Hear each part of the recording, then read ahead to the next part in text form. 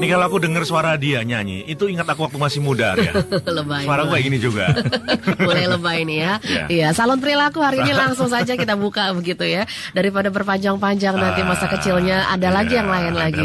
Iya, baik Bung Yose, selamat pagi. Kita kembali hadir dengan beberapa narasumber, beberapa tamu. Sok kita ada Insinyur William Miguna. Pak William, pagi. Pagi juga Mas Yose. Apa kabar Pak? Baik Pak. Cerah sekali hari ini kayaknya. Sesuai dengan ada cuaca. Kabar baik Pak kayaknya. Pak William, ada tamu yang dibawa, 2 orang. Wah, ini 4 orang laki-laki Ria sini. Iya. Makanya sengaja saya nyebrang.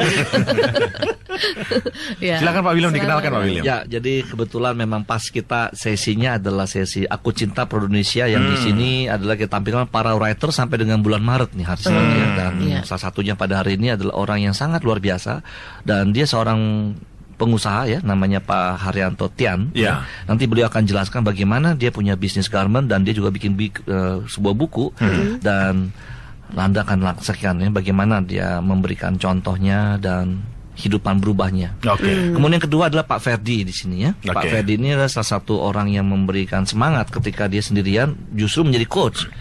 Dan nanti juga dia akan ceritakan bagaimana dia seorang diri ya, membantu dengan konsep coachnya itu bagaimana. Kita sapa dulu kalau gitu ya, Pak Haryanto, selamat pagi. Selamat pagi. Apa kabar Pak? Seru Pak. Seru. Belum apa-apa udah seru bayangin itu Pak. Apalagi nanti gitu ya. Iya. Dan juga Pak Ferdi. Pak Ferdi, selamat pagi. Pagi, selamat pagi. Pagi, oke. Saya ada teman Virgi di situ. Beda ya, beda ya. Pak Haryanto nih, ngomong-ngomong saya dikasih buku The Power of Action, cara sederhana meraih 5 miliar gitu yang Anda tulis gitu ya. Ini kayaknya sederhana banget cari 5 miliar ya Pak ya. Kalau boleh berguru gimana caranya nih Pak ya? Tapi ini buku soal perjalanan hidup Anda? Buku ya.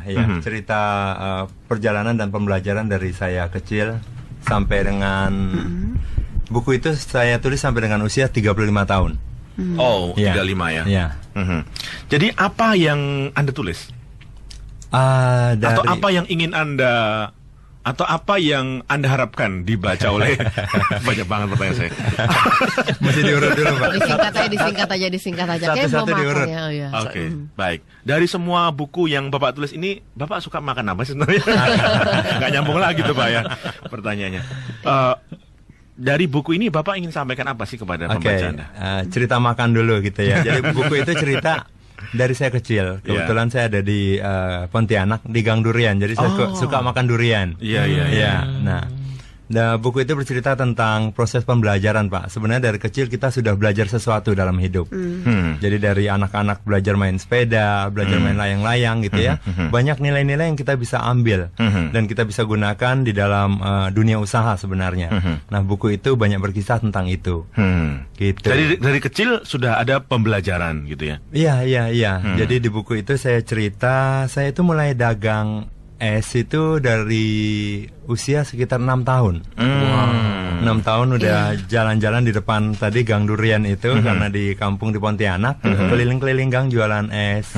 Gitu nan. Itu jual es sendiri begitu ya? Berarti sudah mulai membangun bisnis dari kecil nih. Iya. Sudah mulai. Kalau beliau jualan es, kita beli es waktu kecil kan. Beda mental gitu. Nah, Iya. Jadi waktu kecil sudah jualan es karena mungkin dibilang susah banget nggak, tapi memang keluarga bukan keluarga mampu sih waktu kecil ya. Memang tinggal di rumah kontrakan. Nah, karena memang hobi main, suka main layang-layang waktu itu. Jadi jualan es dapat untungnya buat beli layang-layang buat main. Suka main layangnya, suka tarik ulurnya Pak ya. Ditarik di ulur. Menerbangkannya tinggi-tinggi asik ternyata. Iya. Padahal layang-layang terbang dengan melawan angin ya Pak? Iya. Dengan melawan angin benar. Kalau nggak melawan angin nggak terbang. Nggak terbang, nggak tinggi. Sepakat, ya. Nah, justru layang-layang sendiri bisa jadi satu analogi yang bagus sekali dalam bisnis. Apa itu? Di buku tersebut saya berbagi tentang layang-layang kalau kita terbangkan tinggi, ya kita perlu ukur berapa besar layang-layang kita gitu ya, dan berapa kencang anginnya. Jadi kalau layang-layang kita kecil gitu, kita terbangkan terlalu tinggi, kadang beban talinya terlalu berat. Ya, terus juga kalau layang-layang yang kecil, terus kita mesti ngukur juga cuaca kan kalau layang-layang. Nah, kalau terlalu tinggi terbangkannya, kalau mendung kita mesti perhatian. Gitu. Kena petir jangan-jangan ya? Kena petir bisa, atau hujan turun bisa, gitu ya. Seberapa mampu kita ngontrolnya.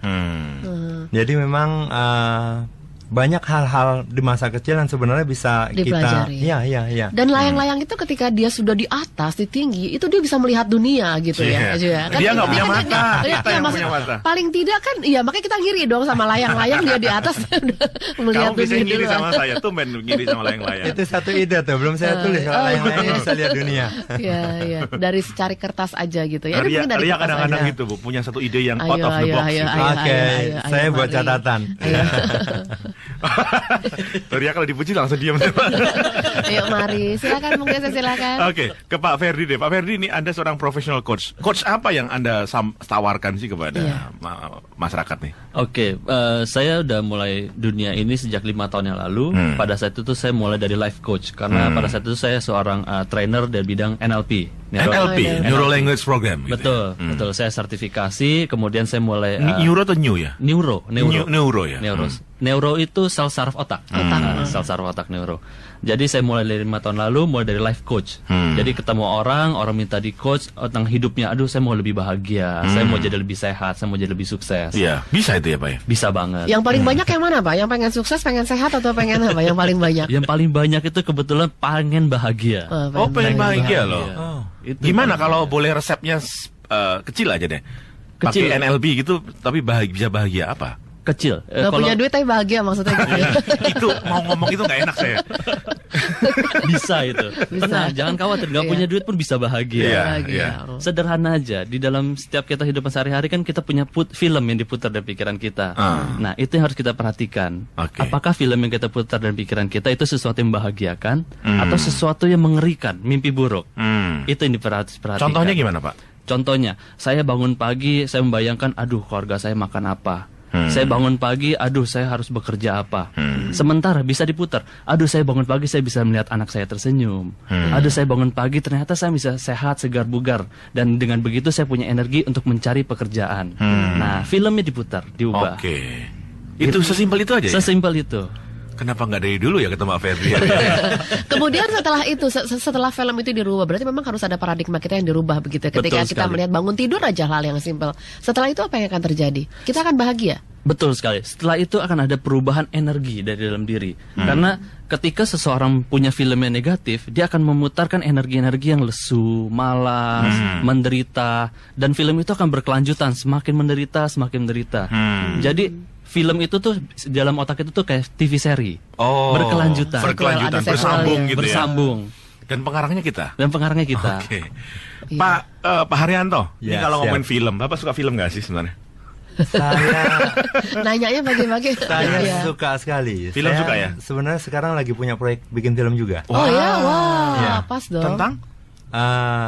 Masih butuh peran utama nggak Pak? Butuh banget. Peran utama langsung aja gitu. Iya. Lagi siapkan itu film Cahaya Cinta Pesantren. Cahaya Cinta Pesantren. Barengan siapa Pak Ari? Sutradaranya Raymond Handoyo. Ya, sutradara yang memproduksi film Air dan Api terakhir. Iya. Film tentang. Kok tiba-tiba Anda nih pengusaha garmen, penulis buku, tiba-tiba mau buat film gitu? Nah, yang penting kan lainnya nyambung tuh. Kreatifnya nyambung. Nyambung. Karena kan Doni seorang entrepreneur kreatif juga gitu. Yang dibutuhkan untuk film-film ini kan memang dibutuhkan creativity supaya kita nggak menyaksikan tontonan yang begitu-gitu terus ya. Sepakat. Pak, kalau kembali ke Pak Ferdi tadi soal film gitu ya. Tadi Bapak cerita soal masa kecil. Tinggal di gang, kontrak, kemudian jual es gitu ya. Itu kalau anak lain, waduh, peratapan yang muncul Pak gitu. Tapi Bapak bisa menggunakan itu menjadi kekuatan untuk belajar dan bertumbuh gitu. Gimana caranya? Saya sepakat sekali dengan Pak Ferdi gitu. Dan kalau saya lihat sebenarnya masa kecil saya kalau kita mau cerita dari sisi melankolisnya penuh tantangan dan sedih. Bayangkan ketika kecil tinggalnya di gang gitu ya, terus rumah kontrakan dan kita berenang itu di parit depan rumah. Iya, di mana kalau saya lihat kembali paritnya bersih tapi jorok. Joroknya sampai saya tidak elegan untuk saya ceritakan. Kebayang. Gitu. Ya. Tetapi saya melihat itu sebagai satu masa kecil yang sangat bahagia, sangat fun kan, karena kita lompat-lompat main di kali got itu ya got, karena ukurannya kecil ya. Terakhir saya pulang beberapa tahun lalu itu lebarnya kurang dari mungkin sekitar 1 meter. Itu kayak kolam renang saya ya. Lebar 1 meter, dalamnya 10 meter. Sumur itu ya. Dalamnya juga mungkin berkisaran 1 meteran dan kalau kaki sudah menyentuh ke bawah itu lumpur jadinya kan. Tapi saya melihat itu sebagai satu masa kecil yang bahagia, gitu. Dan memang film yang saya mainkan ketika saya kecil sampai dengan hari ini itu fun, happy, challenging. Saya tidak sebut itu sebagai masalah gitu, karena saya menjadi suka sama tantangan-tantangan, gitu. Oke. Kenapa itu jadi bahagia yang ketika main berenang di parit itu tadi? Apakah karena memang saat itu waktu main di sana nggak ada ibu yang marah-marahin gitu? Kalau sekarang kan anak kecil kan main tanah sedikit aja langsung gitu ya. Wah, udah kayak neraka gitu kan ya. Jangan main tanah gitu kan. Nanti kena tanah. Iyalah Bu. Iyalah. Masa kenanya es krim? Ya terus itu karena apa Kak bahagia? Kalau dulu tentu ibu agak agak perhatian atau agak memarahin ketika agak berlebihan mainnya, kelamaan misalnya, tentu akan ditegur, gitu. Tetapi namanya masa kecil, anak-anak mana sadar sih, gitu ya. Jadi happy aja gitu main-main bareng.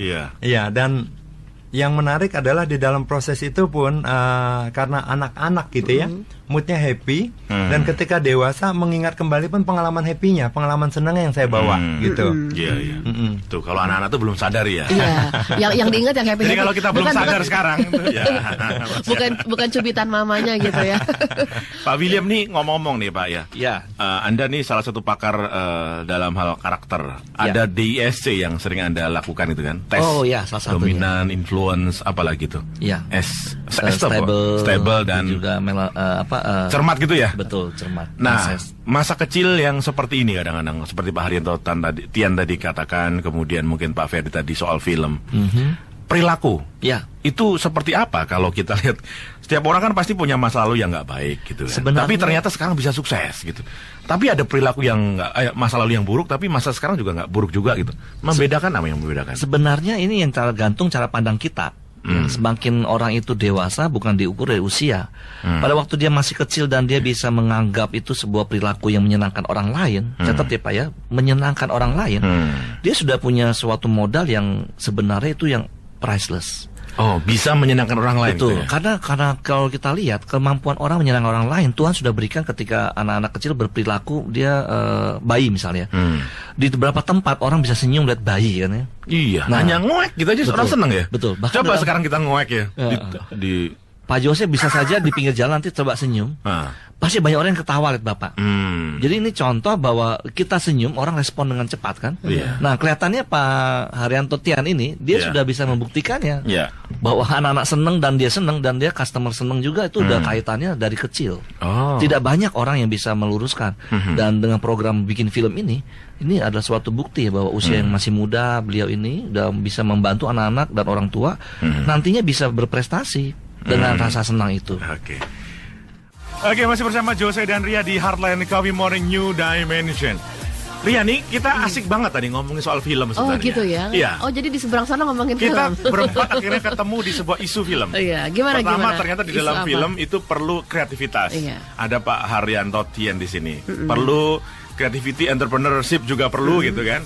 Tapi di dalam film itu juga perlu perilaku juga. Tokoh-tokoh karakter itu kan kalau perilakunya nggak dibentuk sedemikian rupa sehingga figur-figurnya itu jadi gitu loh, sosoknya jadi itu Pak William pakarnya. Kemudian ada Pak Ferdi itu yang pakar salah satu NLP tadi ya. Itu ternyata di situ juga perlu yang namanya insight tertentu gitu ya, yang membuat orang bisa dirubah mindsetnya gitu dan memiliki yang baru. Nah di sini juga ada aktor bagus juga gitu kan. Saya sebenarnya tadi saya mau cut sampai di situ, maksudnya nggak usah dipanjangin gitu ya. Jadi kita mau diskusi apa nih? Baik, kita ke Pak Haryanto dulu deh. Pak, di dalam buku Anda judulnya The Power of Action. Jadi apa Power of Action itu?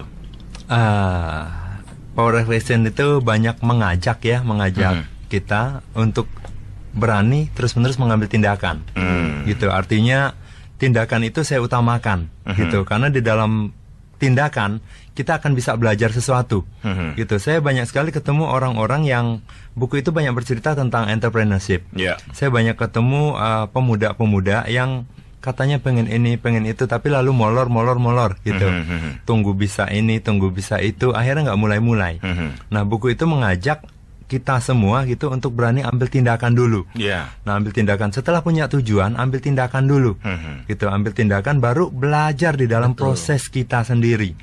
Itu. Nah, belajar itu kan macam-macam. Bisa belajar dari buku, dari orang-orang ahli, dari diri kita sendiri gitu. Lalu baru kita evaluasi. Itu, evaluasi proses kita, apa yang mesti dilanjutkan, apa yang tidak, apa yang harus berubah gitu. Setelah itu lanjutkan. Iya. Jadi buku itu pada dasarnya juga bercerita tentang satu konsep yang saya namakan konsep tabel. Iya, tadi belajar dari tabel gitu ya. Iya. Tujuan, aksi, belajar, evaluasi, lanjutkan. Iya. Tapi yang terakhir bukan hubungan dengan partai politik, Pak ya? Tabel, tadi singkatan. Evaluasi, lanjutkan. Saya pikir ini tabel apaan gitu ya, tabel. Singkatan itu. Kadang-kadang kita kalau udah evaluasi kita balik lagi ke titik 0. Nah, itu berhenti. Ya, makanya ini memulai dari yang baru gitu maksudnya. L-nya lanjutkan. Lanjutkan. Memulai dari yang baru tidak salah gitu ya, tidak salah. Ketika satu waktu di mana apa yang kita lakukan gitu, setelah kita evaluasi dengan sangat dan memang itu tidak memberikan manfaat, memulai sesuatu yang baru tidak salah. Gitu, tidak salah. Memulai tujuan yang baru, mengambil tindakan baru tidak salah. Yang salah itu, cari istri baru kan. Yang salah kalau berhenti. Yang salah kalau berhenti gitu. Kan kita dalam proses evaluasi kalau hal itu memang baik, ya kan kita akan teruskan. Kita akan teruskan. Kita akan lanjutkan gitu. Wah, menarik. Saya jadi ingat nih ada kawan saya nih, Pak William, cerita. Jadi waktu Jepang dibom Hiroshima Nagasaki, dibom gitu kan. Itu ada satu profesor dari Amerika datang ke Jepang dan menerapkan yang namanya PDCA, planning action gitu lah ya. Cek gitu kan. Dan itu yang membuat Jepang maju karena itu diulang aja gitu kan, sistem seperti tabel tadi barangkali. Bener nggak Pak Ferdi? Sistem ini sebenarnya kalau dalam meningkatkan kualitas hidup manusia, pandangan Anda seperti apa? Benar sekali. Jadi saya setuju sekali tadi Pak Heri bilang bahwa dalam hidup itu yang paling penting action sebenarnya. Karena dari action kita mendapatkan sebuah proses dan pembelajaran. Nah, seringkali yang terjadi adalah banyak orang yang action tapi nggak melakukan refleksi, nggak melakukan pembelajaran. Sehingga seringkali kita sebut jatuh ke lubang yang sama. Mungkin di situ pembelajarannya. Bahwa kita tetap perlu refleksikan dari action kita ini, apa yang baik kita lanjutkan, apa yang kurang baik, apa yang perlu kita tingkatkan kembali. Seperti itu. Ya, di dalam NLP kita ada sebut namanya TOTE. Ya, TOTE. Jadi TOTE. Test, operate, test, evaluate. Sama ya, ada keluar ya. Ini macam-macam bahasan, tapi intinya sama ya. Intinya sama. Melakukan, mengevaluasi, belajar. Tapi juga ada perbedaannya gini, Pak. Orang udah evaluasi, kemudian dia titik akhirnya dia merasa sebagai korban atau dia belajar. Kalau dia menjadi korban, Pak, biasanya dia akan cari korban baru. Gitu, Pak. Nah, makanya ketika kita ngomong entrepreneur, kita lebih banyak dengar orang itu gagal entrepreneur lebih banyaknya kan. Nah, karena dia gagal. Tetapi kita jarang sekali mendengarkan, masih kurang banyak maksud saya, orang yang memang dia memang gagal, tapi dia kan belajar. Sehingga dia bisa mengajari orang lain. Nah, ini yang kita harus perbanyak. Kalau orang berpikir bahwa entrepreneur itu harus gagal dan dia akan resikonya ngomong pakai rasio dari sekian persen hanya sekian persen yang berhasil, itu akan mematikan. Nah, menurut saya tidak boleh kita melihat dari cara seperti itu. Jangan jadi korban, tapi jadilah belajar agar kita bisa ngajar orang lain. Itulah yang kita akan harapkan dengan Pak Haryanto Tia nanti, dengan Pak Ferdi. Kita perlu orang-orang seperti Anda. Kalau saya perlu saya enggak, Pak. Itu ya. Perlu. Contoh kita perlu kan? Saya kalau boleh nambahkan, saya malah selama proses saya tidak merasa pernah gagal. Justru enggak? Tidak merasa pernah gagal. Merasa, tapi gagal pernah? Tidak mencapai tujuan saya pernah. Oke. Ya, sering.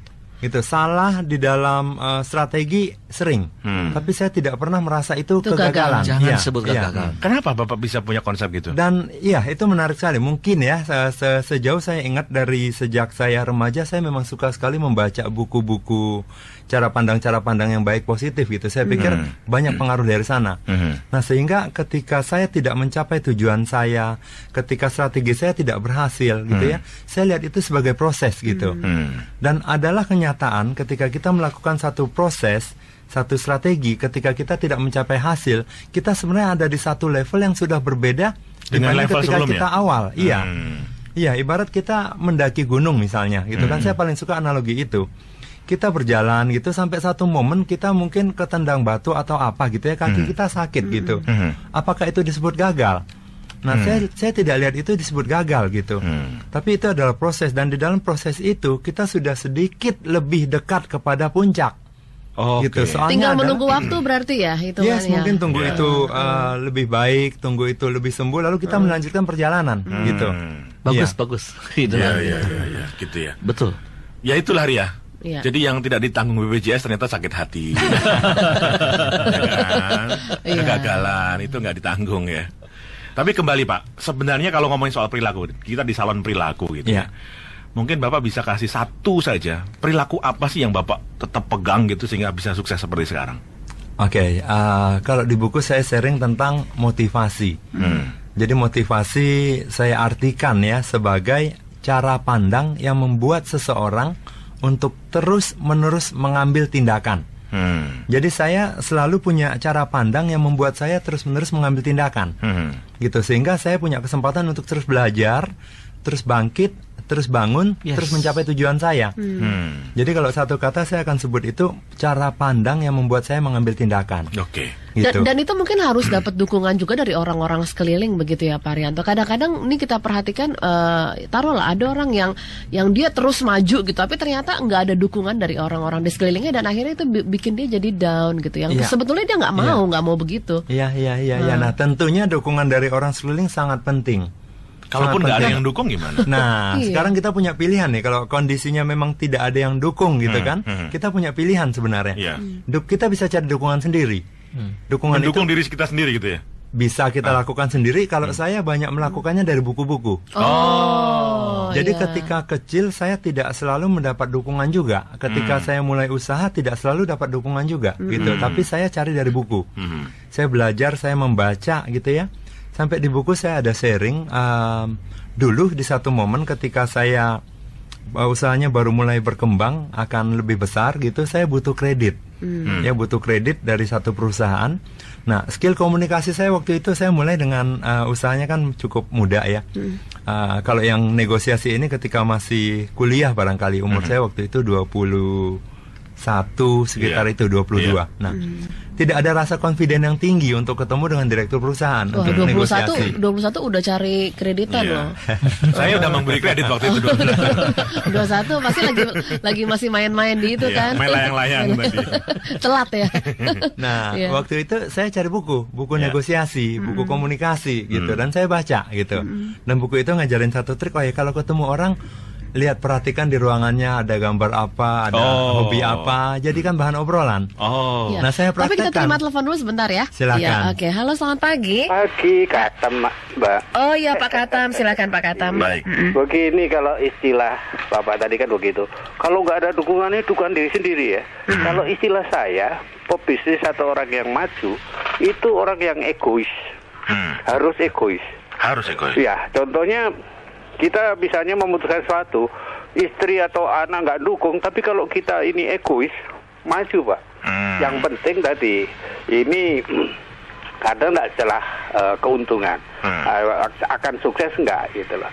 Karena kan persoalannya kan begitu. Bukan berapa banyak jatuh, tapi berapa banyak kita bangun kan. Itu aja. Jadi istilah saya kasarnya, orang yang sukses itu orang yang egois. Harus egois baru sukses. Terima kasih Pak Katam. Ya, terima kasih. Oke, bukan seberapa banyak kita jatuh ya. Seberapa jatuh kita banyak ya. Muter-muter di situ. Baik, Pak Ferdi, ini belajar dari Pak Haryanto Tian ya. Ini kalau Pak Haryanto ibaratkan sebagai sebuah teks gitu ya.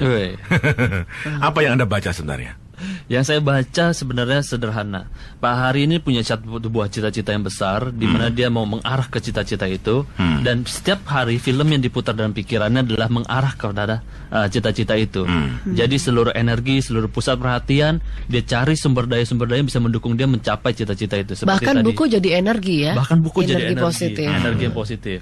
Nah, saya mau menambahkan, kalau misalnya buku dirasa, saya sudah punya buku, bisa tambahin juga mendengarkan siaran-siaran seperti ini.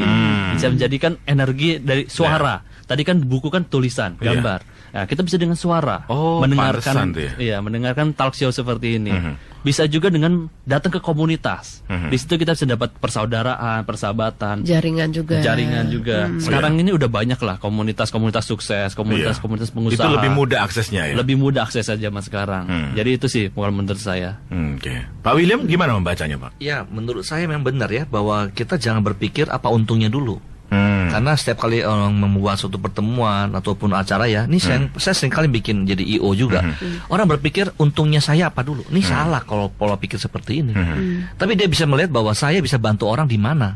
Nah, ini yang mudah-mudahan artinya dengan acara-acara seperti ini, Anda bisa lihat bahwa Anda bisa bantu siapa saja pada saat ini. Itulah market Anda. Yang paling penting adalah Anda masih bisa bantu orang. Nah, maka orang akan bisa membantu Karena Anda. pada saatnya kita tidak bisa membantu orang lagi ya. Itu lebih sedih. Ya, itu patut kita sedih itu.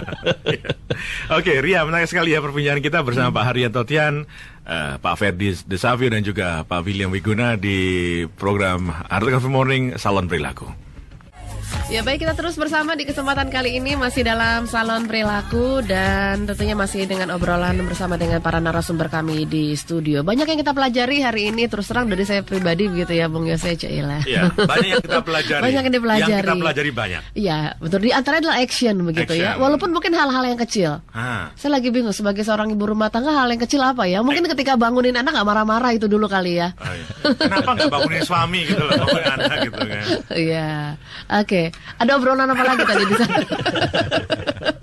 Habis langsung ke sana sih. Ada obrolan apa lagi di sana? Iya.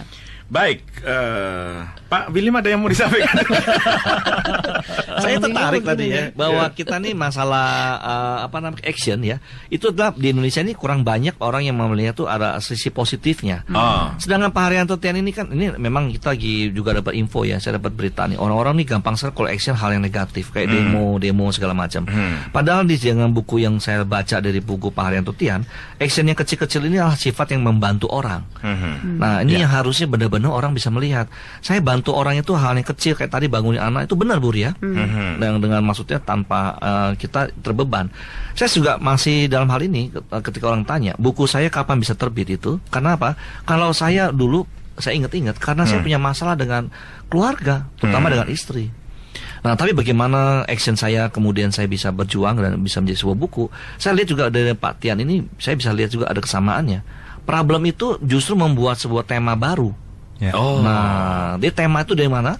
Asal ada problem. Jadi saya melihat bahwa setiap kali problem datang itu di kepala saya itu ada judul-judul di buku yang akan kita create. Dan ini adalah sebuah kelas-kelas baru yang saya rasa harusnya kita bisa sosialisasikan. Wow. Jadi kita salah dong berdoa supaya kita terhindar dari masalah, Pak ya? Kalau memang bisa berdoa kita seperti itu.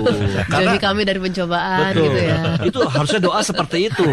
Memang. Tapi kalau kita datang diizinkan Tuhan, artinya Anda sedang disuruh menjadi sutradara. Makanya saya bisa lihat bagaimana kerangka pikiran Pak Haryanto yang akan membuat sebuah film dan nanti 2 buah film yang harusnya nih ada sesi khusus nanti. Iya. Pak Haryanto nih kalau boleh tanya Pak, rahasia Anda apa sih Pak? Boleh. Rahasia apa ini? Awet mudanya atau apa? Boleh dong. Iya, semuanya lah Pak. Tadi sebenarnya saya tetap kembali ke konsep yang saya bilang tadi, cara pandang. Jadi selalulah punya cara pandang yang membuat diri untuk mengambil tindakan. Cara pandang ya? Iya. Jadi harus action, kalau enggak itu sama aja dengan impian aja gitu ya. Ya tidur aja kan? Tidur aja jadinya, ngayal gitu. Ngayal terus ya. Harus action. Pak Ferdi, menarik nih. Pak Haryanto nih kalau saya baca dari tadi adalah bicara soal cara pandang, world view. Logos gitu ya. Logos. Agak ada istilah logoterapi ya dalam psikologi kan. Harusnya bukunya The Power of Cara Pandang. The Power of Cara Pandang. Iya, tapi The Power of Action artinya cara pandangan lebih ke kata orang di kepala ya. Yes, yes. Tapi action kan di kaki gitu ya. Iya. Anda melihatnya ini menarik gitu ya? Nah, nanti mungkin di buku kedua kali ntar. The power of cara pandang, tapi yang ditulis the power of action. Pandangan Anda seperti apa, Ferdi? Sebenarnya begini, kalau kita bicara di NLP kita ada segitiga, state of mind, bahwa pikiran, tindakan dan emosi kita tuh saling berkait. Pikiran, tindakan dan emosi itu saling terkait. Jadi kalau kita sedang lesu, kita sedang lemas, posisi badan kita pasti cenderung membungkuk. Secara emosi kita pasti lemas dan pikiran-pikiran kita pasti pikiran-pikiran yang buruk, yang negatif. Bagaimana cara merubahnya? Cara yang paling mudah adalah dengan gerakan badan. Ubah gerakan badan menjadi lebih luas, lebih besar, berdiri lebih tegap, tarik nafas yang dalam, lebih segar lagi. Tapi memang iya pengaruh loh Pak. Saya kalau lagi siaran gini ya, kalau posisinya agak tegak gitu lebih semangat. Nggak usah curhat.